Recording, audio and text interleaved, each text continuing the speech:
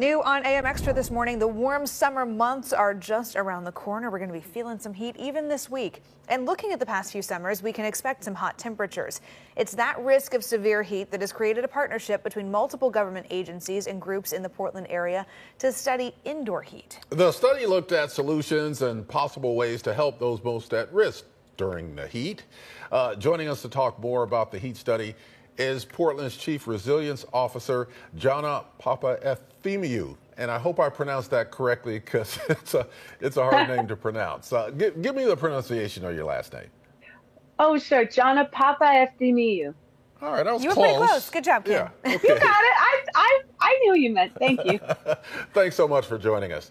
Of course. Yeah, who's involved in this heat study? Tell us a little more about it. Sure. This study was a partnership between the City of Portland Bureau of Emergency Management, Multnomah County Public Health, and Home Forward, which is our local affordable housing provider. And we also had science advisors, including Dr. Vivek Chandas from Portland State University.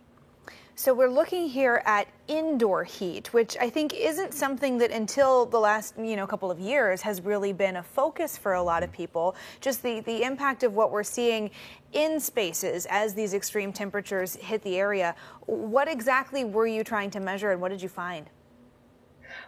Great question. You're right.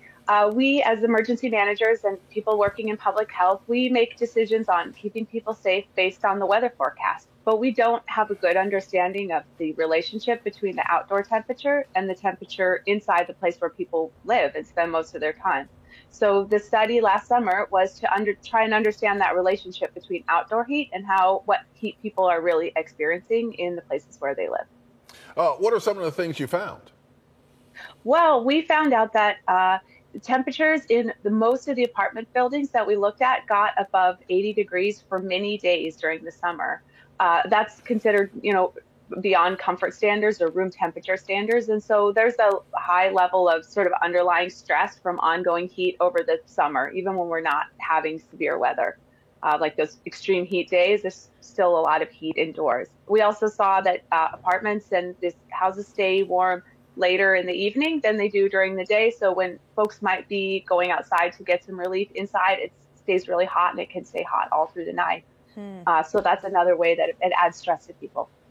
I know there's probably lots of people out there anyone who's tried to fall asleep, on a hot summer evening, myself included, knows it is really stressful. So what are some solutions that you're recommending here to try and remediate some of the problems?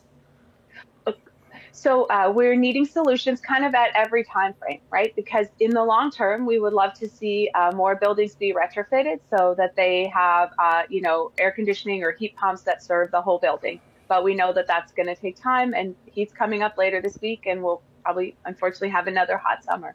And so strategies in the short term would be to have portable air conditioners and heat pumps, but also to help people with more simple strategies like getting window screens so that they can open their windows at night when it cools off, or having heavy curtains to block the light.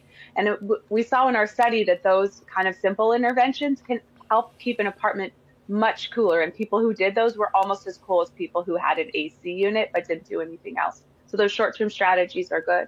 Also, opening up like a common room in a building for people to come down and cool off if their apartment's too hot. That's an easier way to help people. And then at the Bureau of Emergency Management, we also open emergency cooling shelters in the summer when it gets really hot.